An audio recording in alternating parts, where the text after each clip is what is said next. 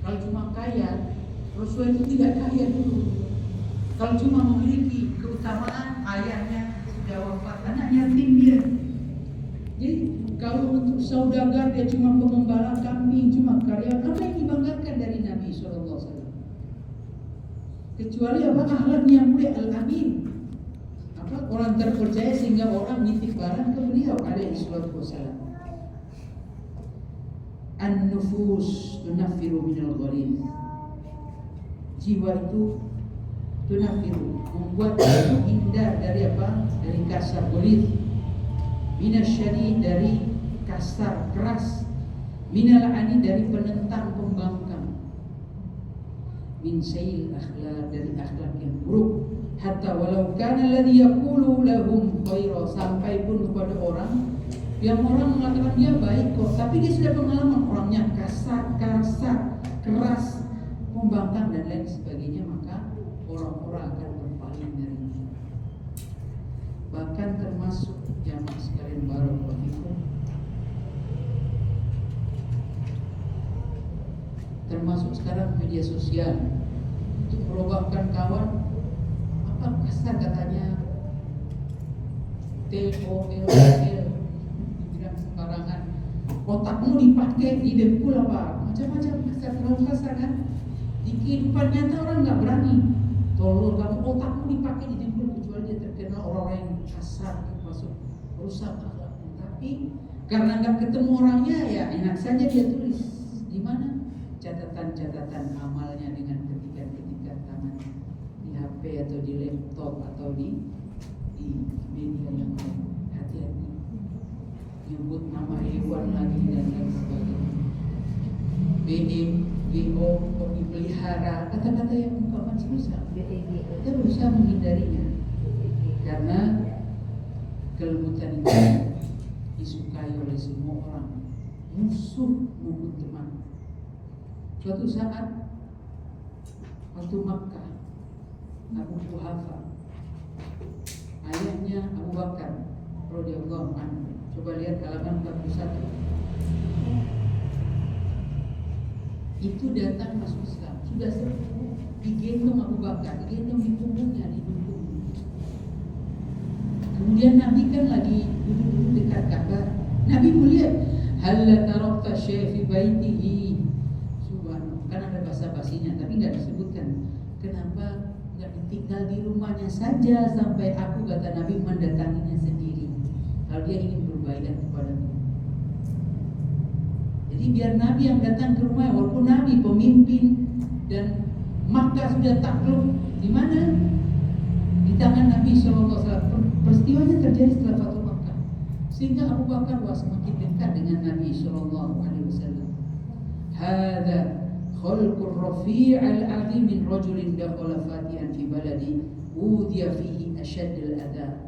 Ini akhlak yang mulia, yang agung dari seseorang yang dia masuk sebagai pembuka negara, kampung, kota yang ternyata dulu dia disiksa dengan sebenar-benarnya siksa. Bagaimana Nabi SAW di 3 tahun pertama dakwah diputus, diboikot, sampai ditulis perjanjiannya ada, sampai kemudian perjanjiannya diturunkan karena sudah rusak, dimakan rakyat 3 tahun. Orang-orang yang mengusir mereka, tetapi Nabi berakhlak yang mulia. Semua orang yang masuk rumah aman. Kan nggak perlu semua harus melapor kepada aku satu-satu. Saya harus lihat wajahnya, orangnya siapa. Tapi kata Nabi, yang masuk rumah Abu Sufyan karena dia pembesar, aman, tidak akan diganggu, tidak akan diancam. Yang masuk rumah-rumah sendiri menutup pintu, aman, tidak akan diancam, tidak akan apa, diketuk kemudian dibongkar dan lain sebagainya. Yang masuk Masjidil Haram aman. 3 tempat yang aman. Abu Sufyan karena pembesar kaum, akhirnya Abu Sufyan masuk Islam. Masuk rumah sendiri dan orang kebanyakan masuk rumah. Dan Baitul Haram itu lebar luas, sehingga orang-orang saya jauh, ya sudah beli rumah sendiri. Haram dan semuanya tidak akan diganggu, semua akan diperlakukan mulia. Bagaimana Rasul beramal dengan orang-orang yang pernah memboikot, pernah menghukum, bahkan ancaman pembunuhan, tapi beliau membalas dengan sebaik-baiknya. Apa ini? Adab Nabi SAW lemah lembut kepada beliau. Bahkan dalam riwayat Nabi masuk Ka'bah itu, masuk daerah Makkah, naik Baidah. Baidah itu unta beliau. Unta beliau bukan unta yang gagah, sedang saja. Kemudian beliau memakai sorban hitam. Kemudian bahkan beliau memakai sorban, tetapi pandangan itu menuju ke bawah, ke arah jalan untanya, bukan ke arah mana-mana siapa membusukkan. Dan padahal tanda petik baru menaklukkan kota Mekah, yang kata orang-orang tidak akan mampu menaklukkan kota Mekah, yang rumahnya Allah berada di sana, kecuali orang yang ditakdirkan, diizinkan oleh Allah Subhanahu wa taala. Ternyata siapa? Rasul Muhammad sallallahu alaihi wasallam. Jadi ini akhlak yang mulia dari Nabi sallallahu alaihi wasallam. Karena itu doa Nabi sallallahu alaihi wasallam kepada Mu'adz bin Jabal, ya Mu'adz, hadis 41 hadis yang terakhir, ya Mu'adz inni uhibbuka, saya mencintaimu. Fala tada'anna dubura kulli sholatin, jangan kau meninggalkan sama sekali di penghujung sholat engkau berdoa, Allahumma a'inni ala dzikrika, ya Allah aku memohon pertolongan kepadamu untuk menyebutmu, wa syukrika, dan bersyukur kepadamu, wa husni ibadati, dan memperbagus ibadahku kepadamu. Apa faedahnya? Selain kita berakhlak mulia kepada manusia, dan manusia tidak berharap penghambaan dan peribadahan itu hanya kepada Allah, maka kita pun memperbagus tata cara ibadah kita kepada Allah Subhanahu wa taala. Jadi kalau kepada manusia berakhlak, dan kepada Allah yang Maha Kuasa, Maha Agung, Maha Adil, Maha Bijaksana, Allah kita memperbagus ibadah kita kepada Allah Subhanahu wa taala. Rasul sallallahu alaihi wasallam pernah bersabda, "Innama bu'istu liutammima shalihal akhlaq." Sesungguhnya aku diutus untuk menyempurnakan akhlak yang saleh, akhlak yang bagus, akhlak yang mulia. Barakallahu. Kemudian al-amru tasir, perkara membuka pintu kebaikan yang ke-9, al-istibaqu ilal khair, berlomba-lomba dalam kebaikan. Dan berlomba-lomba dalam kebaikan bagi manusia hanya ada secara umum dua cara. Yang ini orang bisa bersaing, menjalankan perintah Allah dengan sekaligus menjalankan perintah untuk meninggalkan larangan Allah Subhanahu wa taala. Jadi menjalankan perintah, meninggalkan larangan, ini satu. Yang kedua dengan cara apa? Mengamalkan sunnah Nabi SAW dan meninggalkan hal-hal yang makruh dan sebagian yang mubah, yang berlebihan. Dan kita bersaing dalam hal ini. Semakin dia banyak mengamalkan sunnah Nabi SAW, semakin mulia. Semakin banyak dia meninggalkan hal-hal yang makruh, yang dibenci, semakin mulia. Semakin banyak hal-hal yang meninggalkan hal yang mubah, yang berlebihan, maka dia semakin mubah, semakin mulia, semakin bertakwa kepada Allah. Hal yang mubah apa? Terlalu banyak bergaul. Karena terlalu banyak bergaul, menghabiskan berbagai macam ibadah untuk hanya bergaul kepada manusia. Kemudian yang kedua, terlalu banyak makan. Ini jelas buat orang malas beribadah. Macam-macamnya bisa berlebihan, apalagi kalau makan sampai muntah-muntah. Bukan karena jijik, tapi saking sudah nggak mau masuk. Pernah nggak sampai pada posisi itu? Saking enaknya makan, hanya dimuntahkan lagi. Terlalu banyak bicara. Terlalu bicara itu tidak mulia. Karena orang yang banyak bicaranya pasti akan banyak salahnya. Kemudian yang terakhir ada 4 termasuk penyakit ini disebutkan oleh Imam Ibnu Qayyim. Terlalu banyak apa? Siapa yang bisa menyebutkan? Terlalu banyak apa? Terlalu banyak? Karena terlalu banyak melihat dalam pandangan, terlalu banyak tidur. Siapa yang bisa menyebutkan? Jadi ya terlalu banyak Bertani. Terlalu banyak bertanya sesat di jalan. Terlalu banyak tanya tidak tahu malu.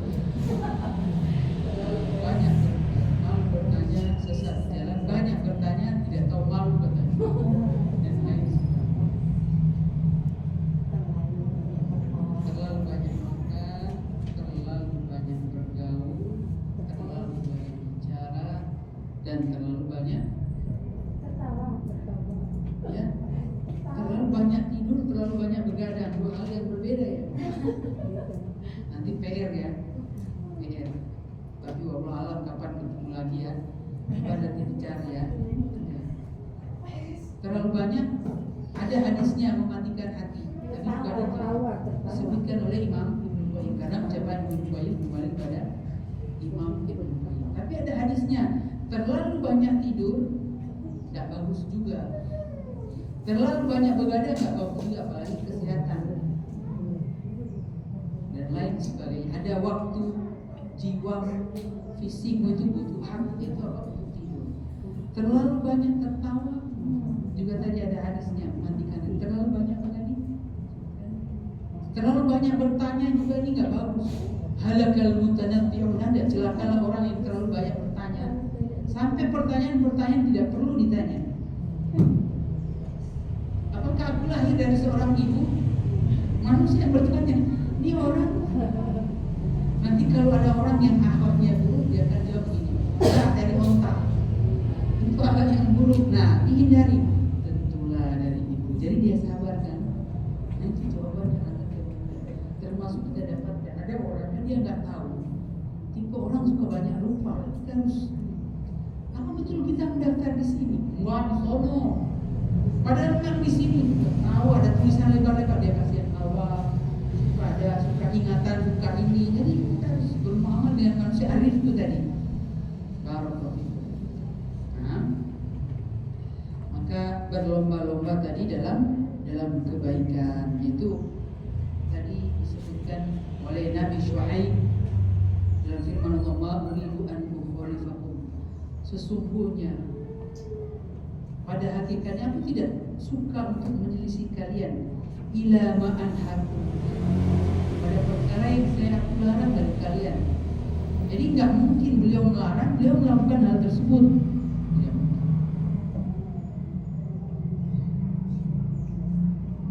Kayak ada orang cerita suaminya, ayo kita bersedekah, dia rumahnya dekat istrinya di mana?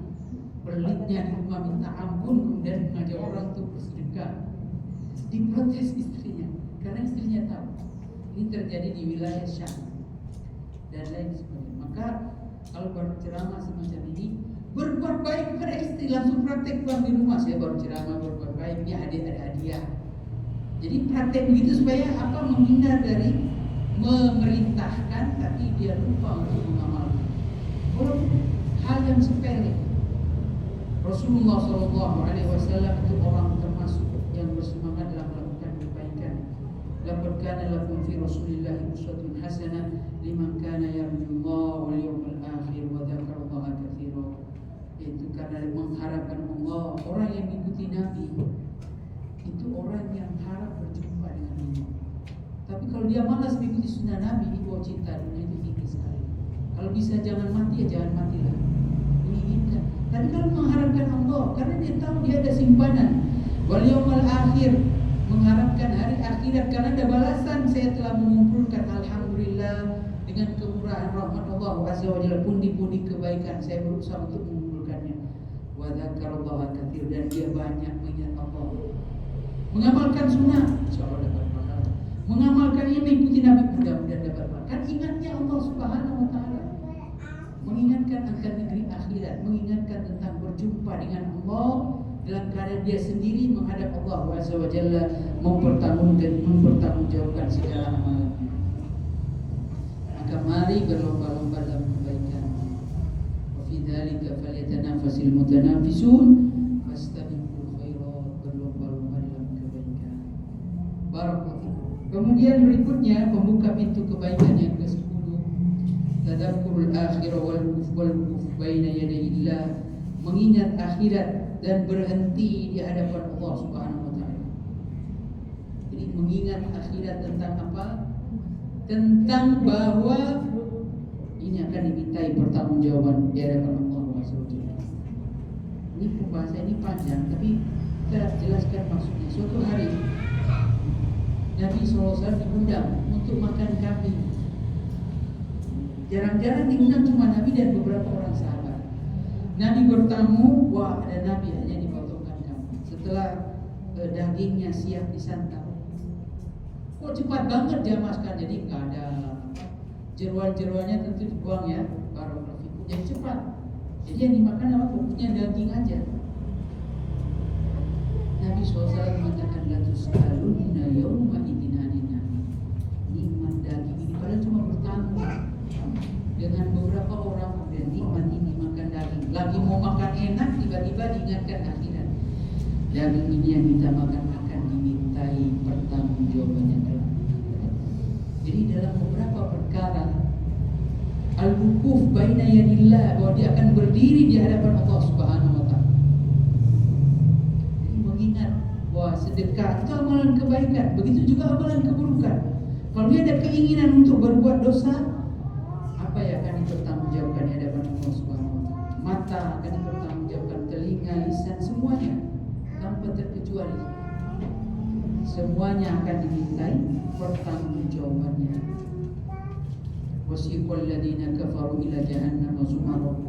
Orang-orang kafir digiring ke dalam neraka berjamaah, berbondong-bondong satu demi satu, hatta idza ja'uha, sampai mereka mendatangi neraka itu, jahannam. Futihat abwabuha, dibukakanlah pintu-pintu neraka itu. Wa qala lahum khazanatuha, berkatalah para malaikat penjaganya, alam ya'tikum rusulun minkum yatluna 'alaikum ayati rabbikum. Apakah tidak ada utusan-utusan dari Allah yang membacakan ayat-ayat Allah kepada kalian sebelumnya? Wa yundzirunakum liqa'a yaumikum hadza, dan mengingatkan kepada kalian tentang pertemuan hari ini. Akan ada pertanggungjawabannya. Qalu bala, benar telah datang para rasul, telah datang peringatan-peringatan, walakin haqqat kalimatul adzab 'alal kafir, tetapi telah tetap kalimatul adzab atas orang-orang kafir. Qila dukhulu abwaaba jahannam khalidina fiha, kemudian dikatakan kepada mereka, masuklah kepada pintu-pintu neraka jahanam, mereka kekal di dalamnya. Fabisa mathwal mutakabbirin, itulah seburuk-buruk tempat bagi orang-orang yang membangkang, orang-orang yang sombong. Karena mendengar ayat Allah berpaling, tidak mau dengar. Kemudian datang utusan Rasul, didustakan. Datang peringatan, tidak mau peduli. Maka inilah seburuk-buruk tempat bagi orang-orang yang sombong, orang-orang yang angkuh. Wasiqal ladzina taqarrabahum ilal jannati zumara, kemudian digiringlah orang-orang bertakwa kepada Rabb mereka kepada surga berbondong-bondong.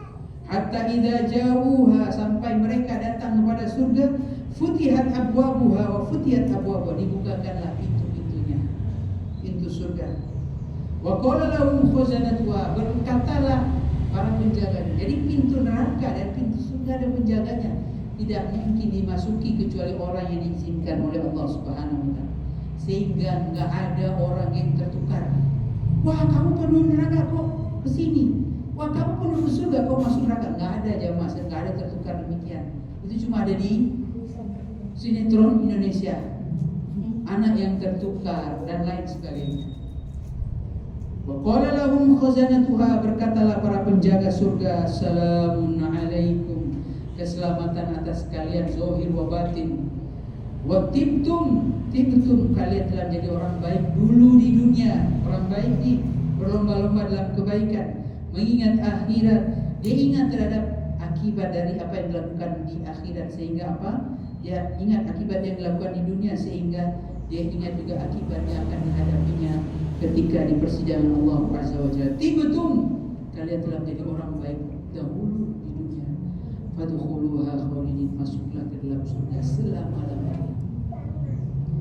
Wa qalu alhamdulillahilladzi sadaqana wa'dah, Kemudian ahli surga berkata, segala puja dan puji hanyalah milik Allah yang telah menepati janjinya, sadaqana wa'dah, kepada kami bahwa kami akan dimasukkan ke dalam surga.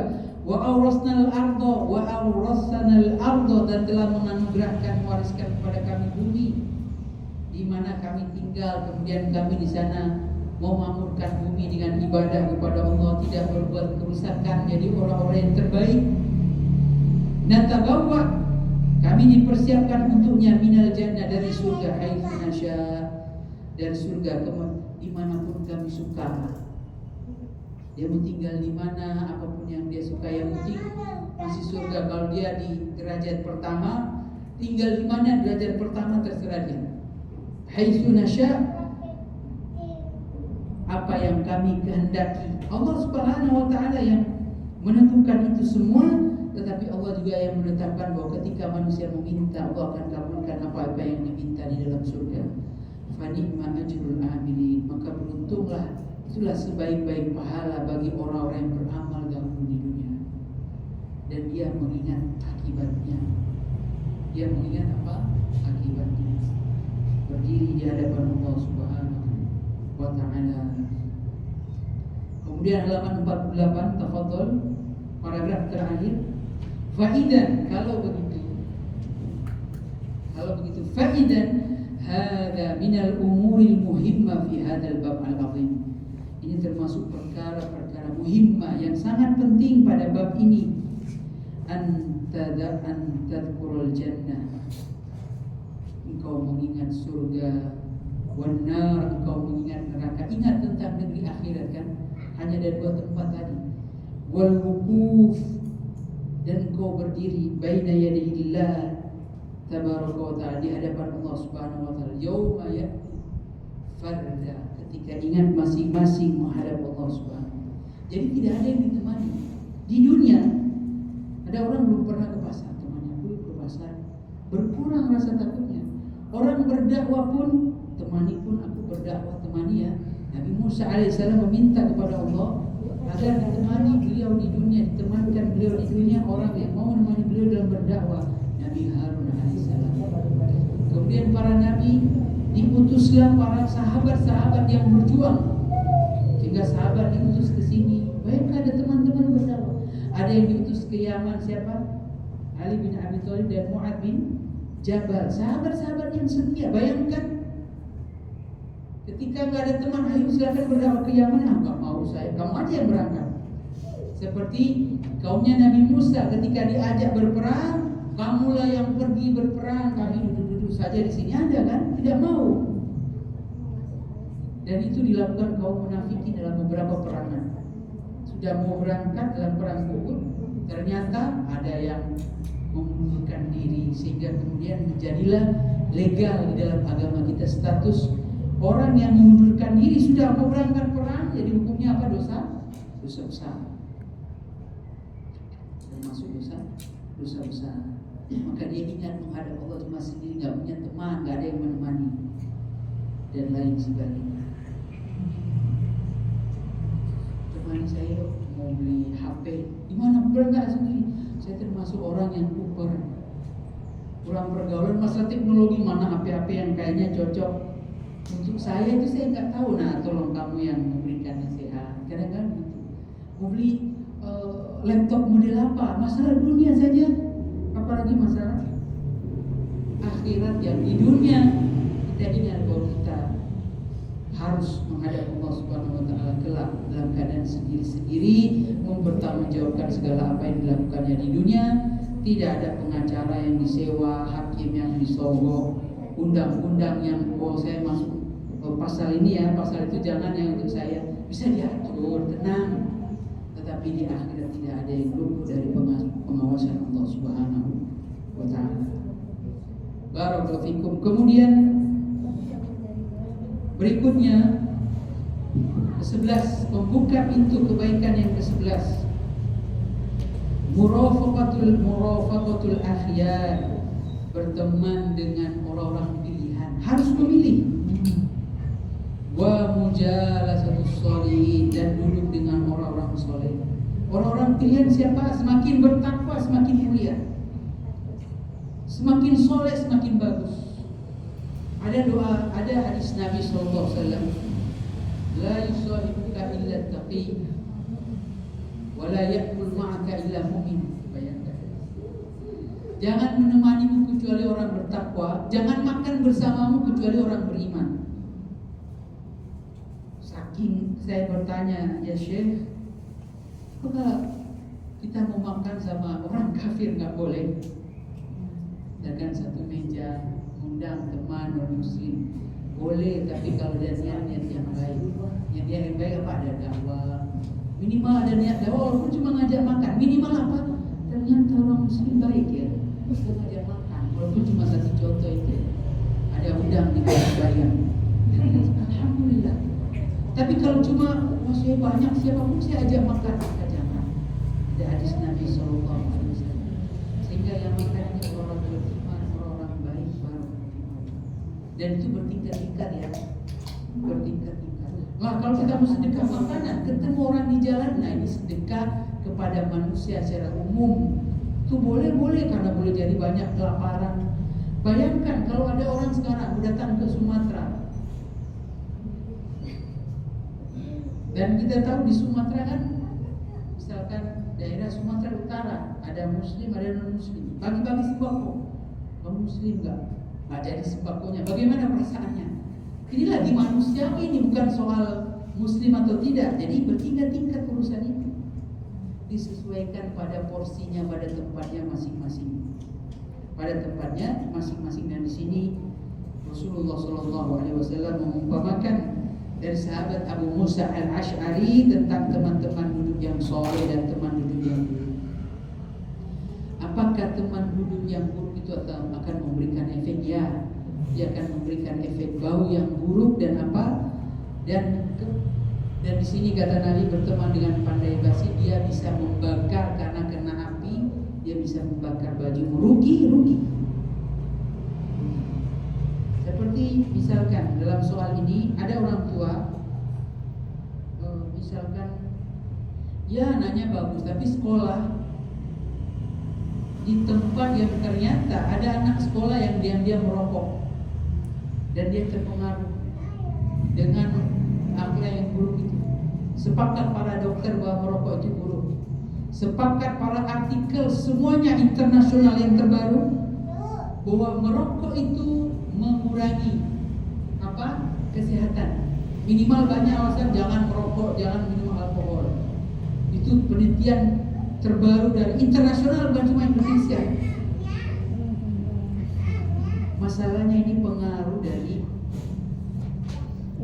orang-orang yang menisbatkan kepada ilmu. Karena di Indonesia rokok itu hukumnya menjadi 3. Hukumnya haram, hukumnya makruh, hukumnya boleh.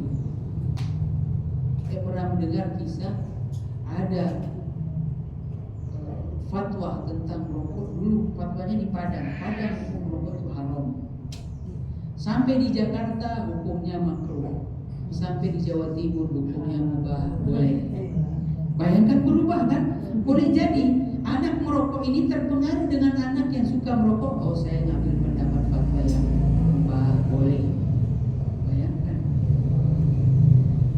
Mau nggak mau, sehingga memilih teman pergaulan itu baik. Apa yang dilakukan orang tua kalau anak sudah kecanduan merokok? Dia berdoa kepada Allah Subhanahu Wa Taala. Dia bisa melarang. Perlahan dulu, pokoknya di rumah ini, kalau nikah orang, saya tidak mau melihat puntung rokok dan asap rokok, karena wilayah kekuasaan orang tua. Di luar kan dia sudah nggak tahu. Kalau orang tua mampu, uang jajannya akan dikurangi kalau merokok. Kalau tidak merokok, naik jajannya. Nanti berikan rokok, dikurangi lagi. Dan ini dipraktikkan di Jepang. Jadi karyawan yang tidak merokok semakin tinggi gajinya semua. Tapi di daerah perusahaan-perusahaan tertentu ya, ada beritanya pernah baca. Jadi semakin karyawan itu tidak merokok, karena merokok kan butuh tempat untuk merokok, dan perusahaannya itu mungkin mendukung kebijakan pemerintah, tinggi gajinya. Bayangkan, coba di Indonesia dipraktekkan. Saya nggak bisa kerja kalau nggak merokok dan lain sebagainya, dengan berbagai macam alasan. Maka orang tua berdoa dan memberikan apa? Ultimatum tadi bertingkat-tingkat ya.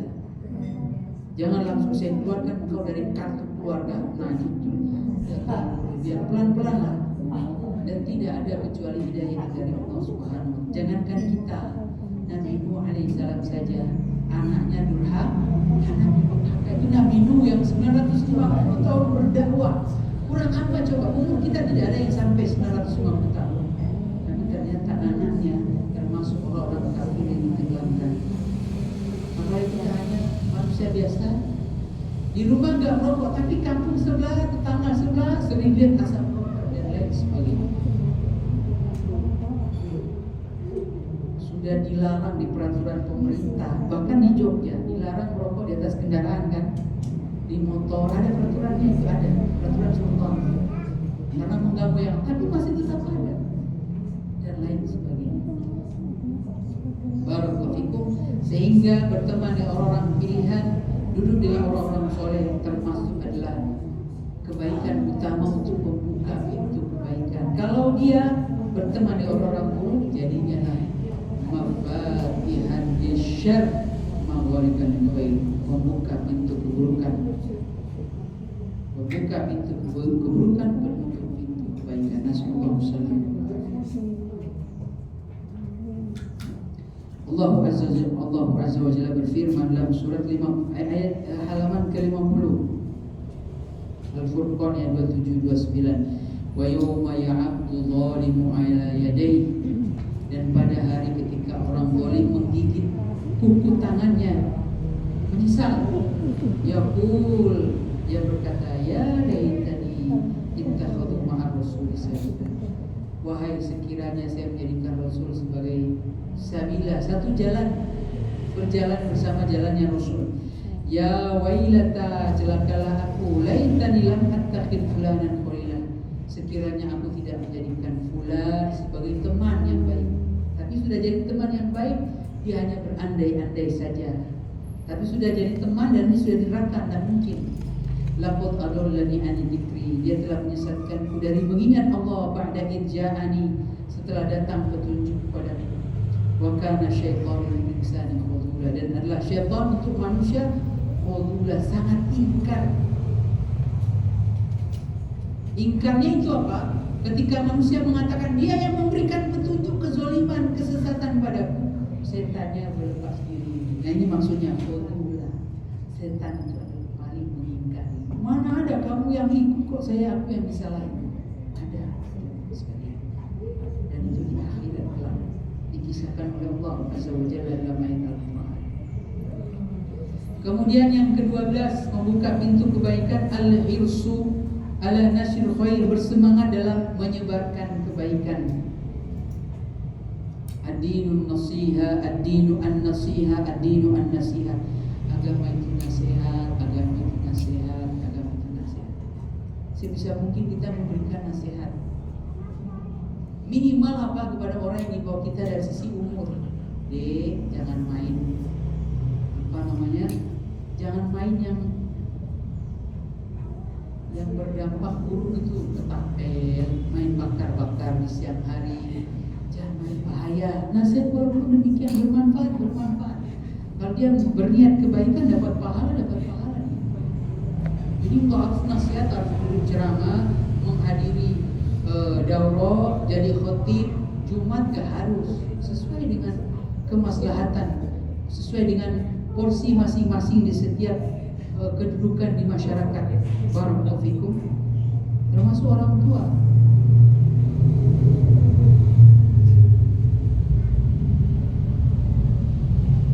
Imam Ibnu Qayyim menafsirkan ayat wa ja'alini mubarakan aina ma kuntu, bercerita tentang Nabi Isa alaihissalam, dan menjadikan aku penuh berkah dimanapun aku berada.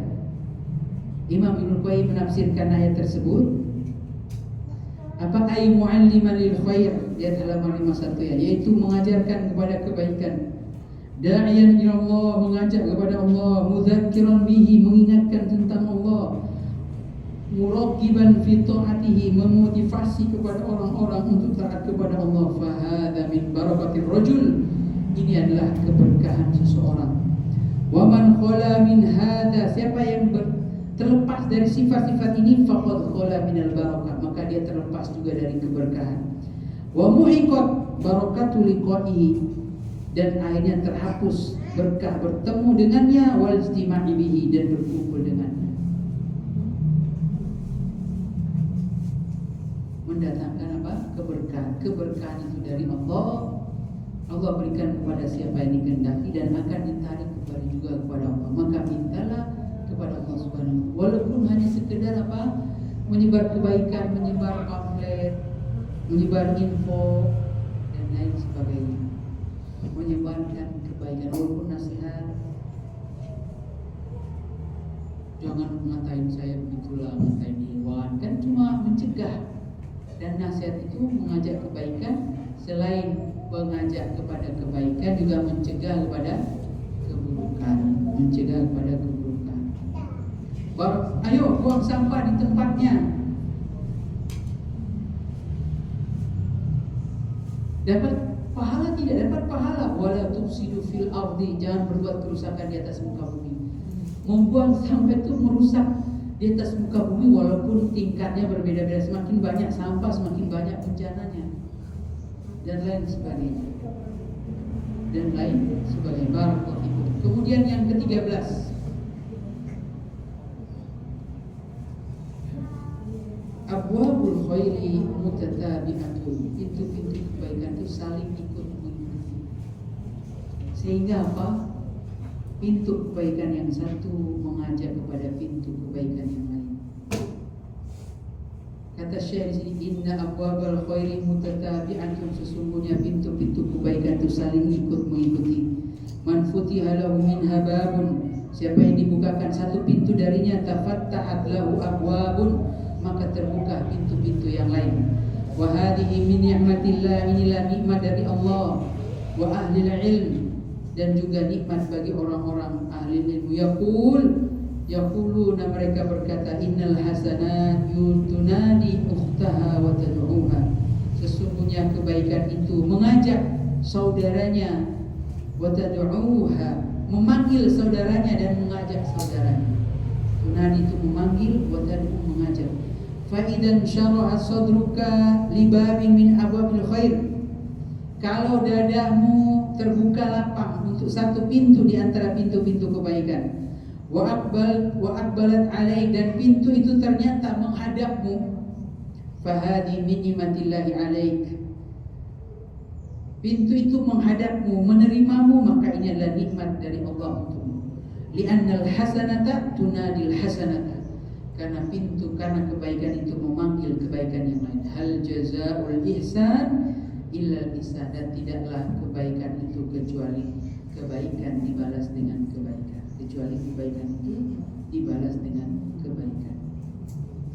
Wa minal ahadisil waridah fi hadzal makna, di antara hadis-hadis yang serupa yang datang dengan makna ini, maja'an Abi Hurairah radhiyallahu anhu, apa yang datang dari sahabat Abu Hurairah, semoga Allah meridhoinya, ani Nabi sallallahu alaihi wasallam, dari Nabi semoga Allah meridhoinya, annahu qol, bahwa Nabi pernah bersabda alaihi salatu wassalam, ma fataha rajulun, tidaklah seseorang dibukakan baba atiyatin bisadaqatin, pintu pemberian dengan sedekah, au silatin, atau dengan silaturahim, illa, kecuali zadallahu ta'ala biha kasratan, kecuali Allah bukakan kebanyakan pintu sedekah yang lain baginya, pemberian dari Allah Subhanahu wa taala yang lain. Dan juga apa? Pemberian hubungan yang baik dengan hubungan silaturahim dengan yang lain. Jadi orang semakin silaturahim, keluarganya semakin akan senang walaupun dia mengamalkan kebaikan. Contoh, dia itu berjenggot, dia itu pakai jilbab lebar, misalkan datang ke rumah orang-orang awam, tapi dia bawa hadiah, dia bawa sedekah, amalannya baik, orang-orang itu akan ingat, itu aliran apa sih? Jangan anggap aliran baik itu. Mereka lah yang di atas ketahuan dia pakai jilbab lebar, rajin sedekah, suka datang ke sini sekedar ngomong-ngomong, nyambung silaturahim. Orang-orang pun yang belum mendapatkan petunjuk itu akan senang. Tetapi sebaliknya, kalau keburukan yang akan tampak, semakin menjauh, semakin menutup diri, orang-orang ini malah akan berprasangka bahwa dia memang tidak bergaul dan lain sebagainya. Selama hal itu mubah, itu bukan maksiat, apalagi bermanfaat untuk manusia, maka berlomba-lomba dalam kebaikan tersebut. berlomba-lomba dalam kebaikan tersebut, karena kebaikan itu akan membuka pintu kebaikan yang lain. Akhirnya ayo jadi anggota takmir masjid, akhirnya undang ustaz, undang ahli ilmu yang sudah kenal dakwah, walaupun masih bercampur di sana, minimal ada satu yang ikut mewarnai. Karena pintu apa? Pintu kebaikan yang dia buka dari berbagai macam pintu yang ada. Kemudian orang terpikir bagus kok. Kemudian akhirnya dia ditetapkan jadi takmir masjid. Dan begitu terus menerus, bertingkat-tingkat. Maka lihat paragraf terakhir, wa iyyaka an tahruma nafsak, dan tinggalkanlah, waspadalah, hati-hati yang menyebabkan dirimu terhalang dari kebaikan. Min khair an tahruma nafsaka min khairin walau kana qalil, walaupun hanya sedikit. Li'annahu qad yuhalu bainaka wa bainu, karena kebaikan itu bisa terhalang antara dirimu dengannya. Yahulullahu azza wa jalla bainal mar'i wa qalbi, ternyata kebaikan itu Allah menghalanginya bainal mar'i, antara seseorang dengan hatinya, sehingga hatinya tidak mudah menerima kebenaran, tidak mudah untuk mengamalkan amalan soleh, tidak mudah untuk memberikan manfaat kepada orang lain dan lain sebagainya. Fagnim al-khaira al-qalila, maka gunakanlah, raihlah kebaikan yang kecil sekalipun, yajruka ila khairin katsir, maka akan menyeretmu, akan menarikmu kepada apa? Kebaikan yang sangat banyak. Dari kebaikan yang kecil, kebaikan yang sangat banyak. Dulu awal-awal kajian semacam ini kan mungkin cuma hadir 1, 2, alhamdulillah bertambah. Ini sudah ada AAW di sana. Dulu nggak ada. Barakallahu fikum. Mungkin di kebaikan yang lain terus tersalurkan dan lain sebagainya. Mungkin dari kebaikan-kebaikan yang kecil, tapi itu butuh waktu bertahun-tahun. Jangan anggap sebulan sekali kajiannya kemudian wow langsung, kan tidak demikian. Dan para ulama telah mencontoh, memberikan contoh. Syekh Utsaimin yang dulu ngajar cuma 1 orang di rumahnya, kemudian jadi banyak orang. Kemudian ada Jami Unaizah, kemudian jadi sekolah, jadi markas Syekh Utsaimin, jadi besar. Kebaikan yang sangat besar. Jadi itu perjuangan bagi orang yang ikhlas kepada Allah, kemudian cara-cara yang baik, cara-cara yang benar yang dituntunkan syariat Nabi Muhammad SAW. Dan itu perjuangan kita nggak tahu. Dan ini bukan menunjukkan kita ikhlas, karena itulah perkara hati, hak prerogatif Allah Azza wa Jalla. Kita hanya berusaha, dan Allah Subhanahu wa Ta'ala yang akan memudahkan kepada pintu-pintu kebaikan yang lain. Barakallahu fikum. Al-amru rabi' asyara. Al-rabi' asyara. Pembuka pintu kebaikan yang ke-14. La tahqiranna, jangan engkau menghina, meremehkan ma, apa saja, futiya ala ghairika min abwabil khair, apa yang dibukakan dari saudaramu, dari selainmu, dari pintu kebaikan. Maksudnya apa ini? Jangan hasad, jangan cemburu. Ternyata jamaahnya lebih banyak ya, ternyata yang datang luar biasa, parkiran motor penuh. Jangan cemburu, jangan hasad. Alhamdulillah dia mendapatkan kebaikan, bersyukurlah kepada Allah. Ada persaingan positif. Wa fi dzalika falyatanafasil mutanafisun. Jangan sampai apa, oh dia ngadain acara, saya mau lebih besar lagi, lebih gede lagi, dan lain sebagainya. Ini bahaya. Apalagi sampai larang-larang, jangan ikut kajian di sini dan lain sebagainya. Padahal nggak ada uzur dia melarang, tidak ada bukti yang valid, kemudian dia melanggar atau tidak suka dan lain sebagainya. Maka ini jangan. Dan ini rawan sekali terjadi di zaman sekarang, apalagi di antara sesama kajian, sesama panitia. Jangankan kajian, sama panitia berlomba-lomba undang ustaz, kok ustaznya ada di situ, di sini nggak mau, dan lain sebagainya. Apalagi ustaznya, kok ustaz itu yang diundang dulu. Saya nggak diundang lah, walaupun cuma sekali, nggak pernah di sini kajian di masjid tersebut. Maka hati-hati. Dan ini bisa menimpa siapa saja. Dan ini bisa menimpa. Maka jangan remehkan kebaikan sekecil apapun. mungkin saya belum pantas untuk mengisi kajian tersebut dan lain sebagainya. Kalau ternyata YouTube-nya lebih banyak penggemarnya, subscribe-nya, saya kok enggak.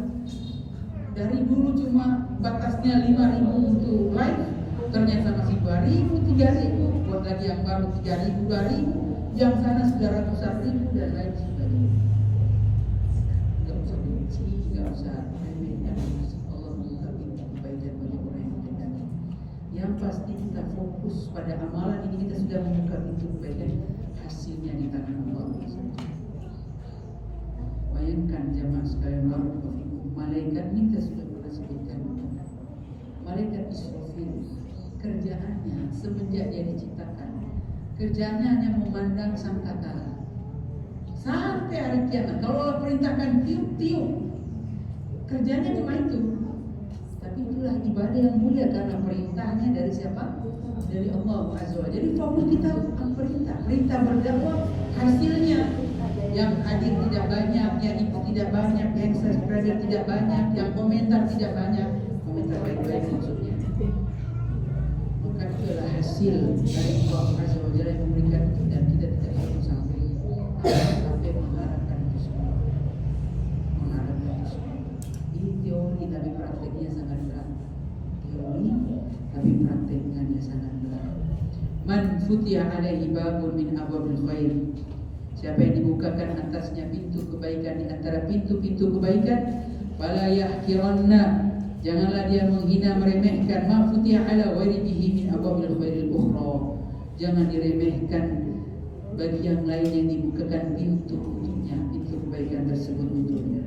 Fa inna ma yuftahu alaik babun min abwabil khair, ketika dibukakan untuk pintu kebaikan di antara pintu kebaikan yang lain semacam salat masalah, wufiqat lis-sholati aw siyamin nawafil, atau diberikan taufik untuk sholat atau puasa sunnah masalah, aw wufiqat, atau diberikan taufik li ba'di amali khair wa amal bir, dibukakan untuk pintu kebaikan yang lain. La tahkiranna abwabal khair, jangan meremehkan pintu kebaikan yang lain. Futihat al-khair, yang dibukakan pada pintu-pintu kebaikan yang lain.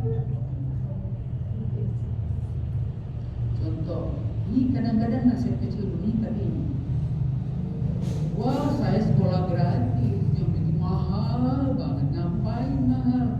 Padahal ada harga, ada rumah, mungkin fasilitasnya lebih bagus, gedungnya dan lain sebagainya, menggaji guru-gurunya ini kan dan lain sebagainya. Kemudian yang gratis ini kayak menyepelekan, sekolah mahal, sekolah sunnah, kemudian mahal yang hanya sekolah situ orang-orang kaya.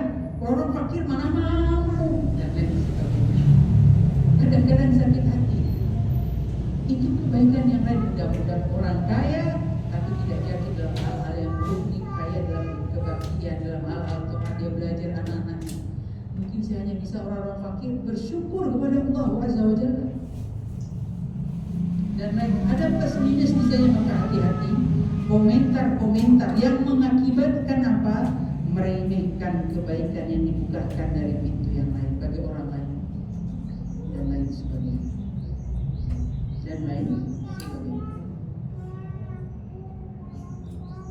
Termasuk wah kajian fikih, ini dong kajian tauhid, alhamdulillah dia dibukakan kajian fikih. Daripada nggak ada kajian sama sekali, mana yang lebih baik? Walaupun boleh jadi porosnya situ kurang bagus, tapi itu pintu kebaikan. Itu pintu kebaikan. Alhamdulillah mas satu daerah ini ada kajian tauhid, tapi di sini nggak buka kajian fikih. Nah, alhamdulillah di sana nggak masalah. Jadi dia belajar tauhid sini, tambah di sana fikih. Tapi dia ada orang nggak ikut tauhid sini, dia ikut fikih. Alhamdulillah, mudah-mudahan tak dapat terarah pada sini. Doa-doa yang baik, tidak perlu apa dipertengkarkan, dibenturkan. Masing-masing apa? Masing-masing memiliki utama. Sehingga kita mengajak kepada yang terbaik memang. Ayo ikuti kajian akidah, mengukuhkan keyakinan, tauhidnya, manhajnya dan lain sebagainya. Karena fikih juga itu penting. Kalau nggak bisa sholat bagaimana? Rukun-rukunnya perlu dipelajari kayak tadi. Mengajak orang sholat berjamaah, tapi perkara tentang rukun, tentang wudu dia belum tahu, bayangkan. Dari mana dipelajari? Kecuali melalui fikih. belum sholat berjamaah, sholat jenazahnya, dan lain sebagainya. Apakah kau mau habis sholat jenazah masih ada ceramah setengah jam lagi? Ya, disegerakan majid untuk dikumpulkan. Ceramah, oh ini baik, alil baik sampai setengah jam. Padahal orang yang telah wafat setelah disolatkan, disegerakan untuk apa? Dikumpulkan.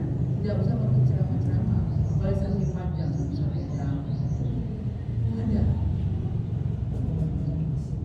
Padahal itu sudah ada pelepasan dari ketua RT yang pemerintah. Pelepasan itu jangan banyak-banyak, singkat aja. Karena dia telah mengamalkan apa yang dia hidup dengannya, kemudian dilepaskan. Ini pihak RT melepaskan telah berkurang satu anggota di RT kita. Selesai, dia dikenal orang baik, alhamdulillah. Mudah-mudahan keburukannya diampuni oleh Allah Subhanahu wa taala. Selesai, jangan terlalu panjang-panjang dan lain sebagainya.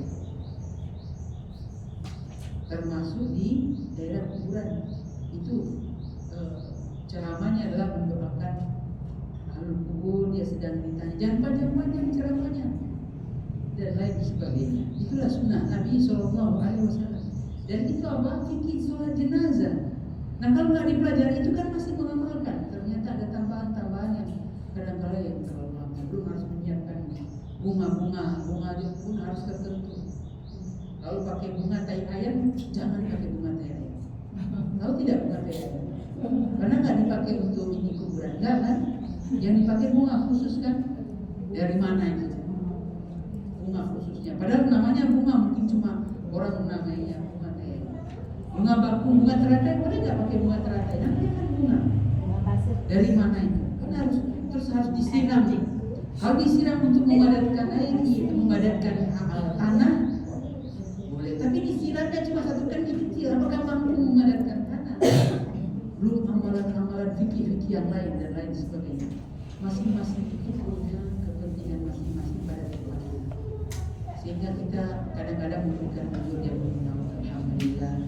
Apalagi kalau fikih mengajarkan kepada fikih yang berbasis kepada penjelasan para ulama yang sesuai dengan dalil-dalil yang ada. Alhamdulillah. Daripada tidak ada sama sekali, barakallahu fikum.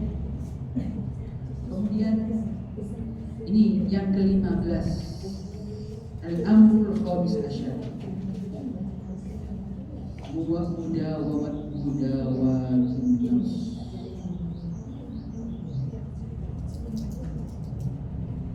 Mudawat apa?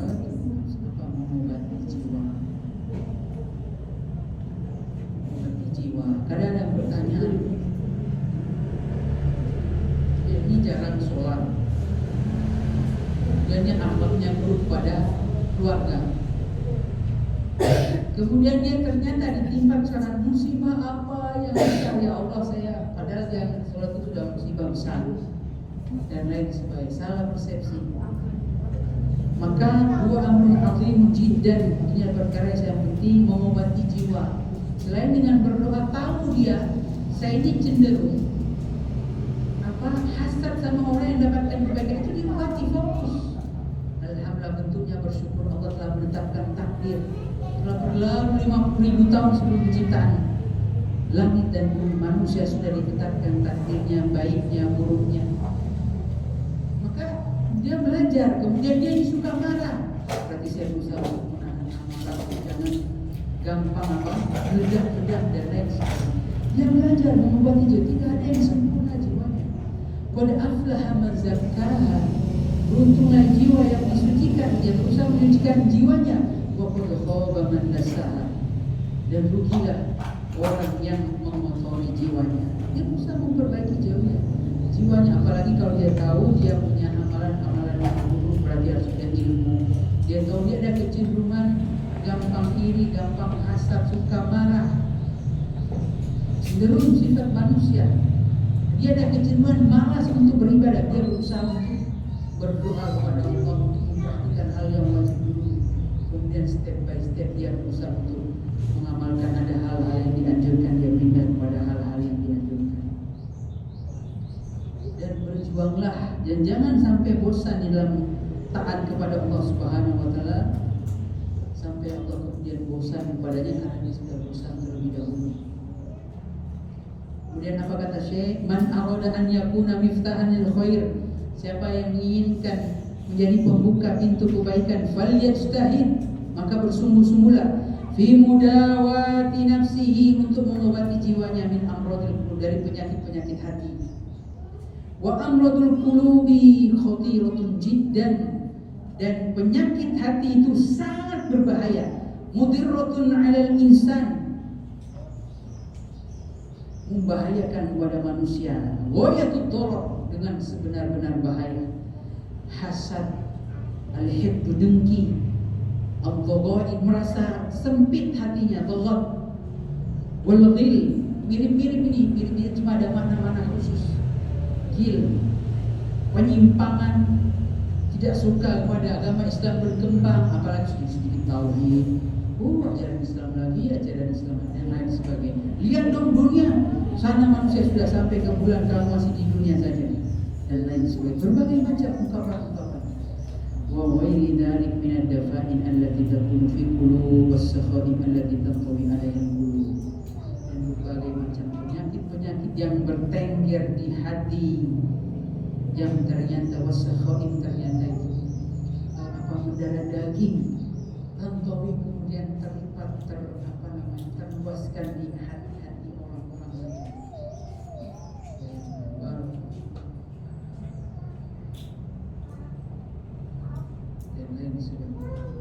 Makanya Rasulullah Shallallahu Alaihi Wasallam berdoa. Kita lihat doa yang terakhir. Kita ada jam 11.31. Baik. Karena ada pertanyaan nih. Kita lihat paragraf ke-61. Doa Nabi Sallallahu Alaihi Wasallam. Dan kita baca aja mas gambaran itu dalam doa-doa, Allahumma ati nafsi taqwaha, ya Allah, anugerahkanlah kepadaku takwa dari jiwa, wa zakkiha, sucikanlah jiwaku itu, anta man zakkaan, engkaulah sebaik-baik yang menyucikan jiwa, anta waliyuha, engkaulah pelindungnya, wa maulaha, dan engkaulah rohnya, roh dari jiwa tadi, kembali kepada Allah Azza wa Jalla. Ya ayyatuhan nafsul mutmainnah, wahai jiwa-jiwa yang tenang, irji ila rabbiki radiyatan mardiyah, kembalilah engkau kepada Rabbnya radiyatan mardiyah, dalam keadaan ridha dan ridha. Kembali kepada jiwa itu, sehingga kita berdoa kepada pemilik jiwa, kita berdoa Allah menyucikannya, kita berdoa Allah meletakkan ketakwaan dalam jiwa. Berdoa kepada Allah Subhanahu wa ta'ala. Yang terakhir, pembuka pintu kebaikan yang ke-16, barakallahu fikum, Rabbatul 'abdi fil khair wa fi naf'il ibad. Ini paling terakhir ini, orang-orang yang visioner, orang-orang yang tidak egois, yang tidak hanya mementingkan diri sendiri, menginginkan kebaikan bagi setiap hamba, wa fi naf'il ibad, dan menginginkan agar manusia, hamba-hamba itu mendapatkan manfaat. Tidak hanya manfaat di dunia, tetapi manfaat di akhirat. Kalau Anda usaha, Anda bisa membuka lapangan kerja untuk orang lain, alhamdulillah. Apalagi kalau itu pintu akhirat. Nah, jadi karyawan saya kan, berarti tiap pekan di hari tertentu ada pengajian.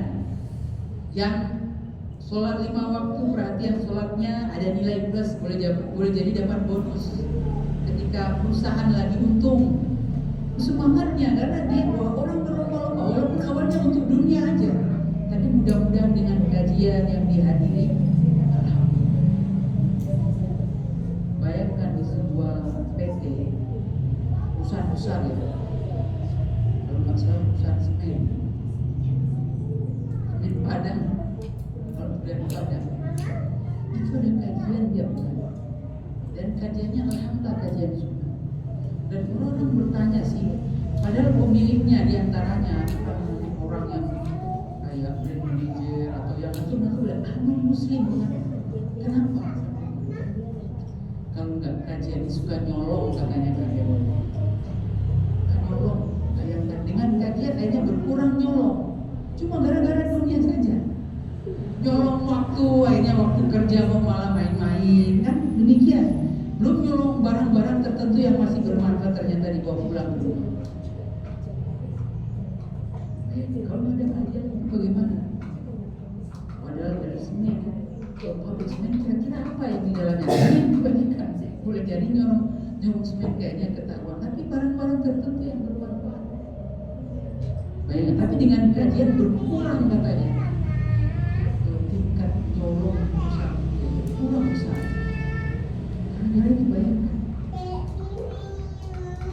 Maka dia menginginkan kebaikan dengan apa? Dengan mendatangkan kajian di perusahaan. Dan berbagai macam bentuk yang lainnya. Ini contoh aja, belum yang lain. Wa huwa khitamu hadhihi al-umur, dan inilah penutup pada pembuka pintu kebaikan ini. Wa huwa jima'un ma sabaq, dan dia adalah mengumpulkan uraian-uraian yang telah lalu. Bahwasanya ketika seorang hamba mampu membuka pintu kebaikan untuk dirinya, ujungnya kalau dia visioner, tidak egois, dia akan membuka pintu kebaikan untuk orang lain, dan dia akan memberikan manfaat sebanyak-banyaknya kepada manusia. Khairukum anfa'uhum linnas, sebaik-baik kalian adalah orang yang paling bermanfaat untuk manusia. Rabbatul abdi fil khair, menginginkan bagi manusia itu kebaikan. Wa fi nafil ibad, menginginkan manusia mendapatkan manfaat.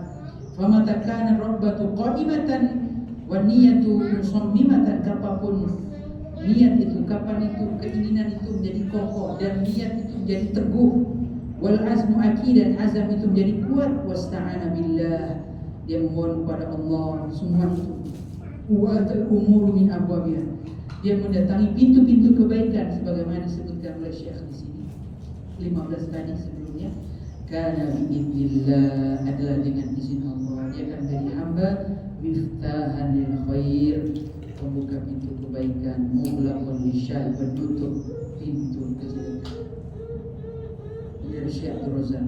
Wa fil khitam, dalam penutup buku ini beliau berdoa, As'alullah jalla wa ala, aku berdoa kepada Allah Subhanahu wa taala bi asma'il kulliha wa sifatihi jami'iha, dengan nama-nama yang indah seluruhnya dan sifat-sifatnya agung semuanya. Bi annahu tabaraka wa ta'ala al-fattah al-alim, wa Allah yang maha mulia, yang membawa keberkahan, yang maha tinggi, al-fattah, yang maha membuka, al-alim, yang maha berilmu. Bi annahu khairul fatih, sesungguhnya Allah sebaik-baik pembuka. As'aluhu jalla wa ala, aku memohon kepada Allah yang maha mulia, maha tinggi, li, untukku, aku memohon untukku, wali walidayya, untuk kedua orang tuaku, wali masyaikhina, untuk guru-guruku, wali umumil muslimin, untuk umumnya orang-orang Islam, an yaftah alaina ajma'in min wasi'i fadlihi wa 'azimi mannihi wa jazili aqdihi, agar menganugerahkan kepada kami berbagai macam kebaikan seluruhnya karena dari luasnya anugerahnya, agungnya pemberiannya, banyaknya pemberian Allah Subhanahu wa taala, macam-macam karunia, anugerah, keutamaan. As'aluhu jalla wa ala, aku memohon kepada Allah yang maha mulia, maha tinggi, an yaj'alana jami'an min mafatihil khair maghalil syarr, dan aku memohon kepada Allah untuk menjadikan kita mafatihil khair, kunci-kunci kebaikan, maghalil syarr, penutup kejelekan-kejelekan. Wa an yahdiyana, untuk memberikan petunjuk kepada kami, wa an yahdiyalana, untuk memberikan petunjuk agar kami juga bisa mengamalkan petunjuk itu. Wa an yahdiya bina, untuk memberikan petunjuk agar petunjuk kita memberikan dampak kepada orang lain. Ini subhanallah, masalah itu luas sekali. Yahdiyana, memberikan petunjuk kami, ayahdiyalana, untuk kami, manfaatnya hidayah untuk kami dan juga orang lain. Wa an yuyassira lidalana, dan agar memudahkan petunjuk itu kepada kami semuanya. Wa akhiru da'wana alhamdulillahirabbil alamin, dan akhir dari seruan kami segala puja dan puji hanyalah milik Rabbil alamin. Wassallallahu, semoga salawat Allah wasallam, keselamatannya, wa barak, keberkahannya, wa an'am, nikmatnya, ala abdillah, kepada hamba Allah, wa rasulihi, utusan utusannya Nabi kami Muhammadin, Nabi Muhammad, wa alihi, keluarganya, wa sahbihi, dan orang-orang yang menemaninya, para sahabat yang beriman, ajma'in, seluruhnya. Wallahu a'lam bishawab. Kemudian kata Syekh, kunci-kunci pembuka untuk kebaikan keburukan ini beliau sampaikan di muhadharah di masjid terbesar ketiga di Saudi Arabia, Masjid Rajihi di Riyadh. Masjid terbesar di kota itu, terbesar ketiga setelah Masjidil Haram, setelah Masjid Nabawi itu Masjid Rajihi. Dengan apa? Dengan uslub ilqai, dengan uslub muhadharah, menyampaikan ceramah. Adapun kitab ini setelah itu beliau tafrik, ternyata ada yang berkah, kemudian diberikan nama catatan, diperbagus lagi dan menjalanya. Wallahu a'lam bishawab. Kalau ada yang ingin bertanya, kami persilakan. Tadi sudah dijawab ya. Ini pertanyaan tentang baiat kepada imam dan pertanyaan tentang kemana terpengaruh dengan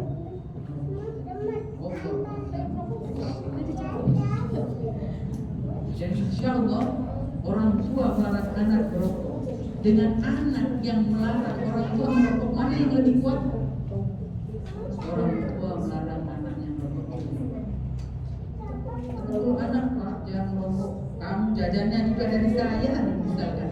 Berarti dia hanya banyak berdoa kepada Allah Azza wa Jalla.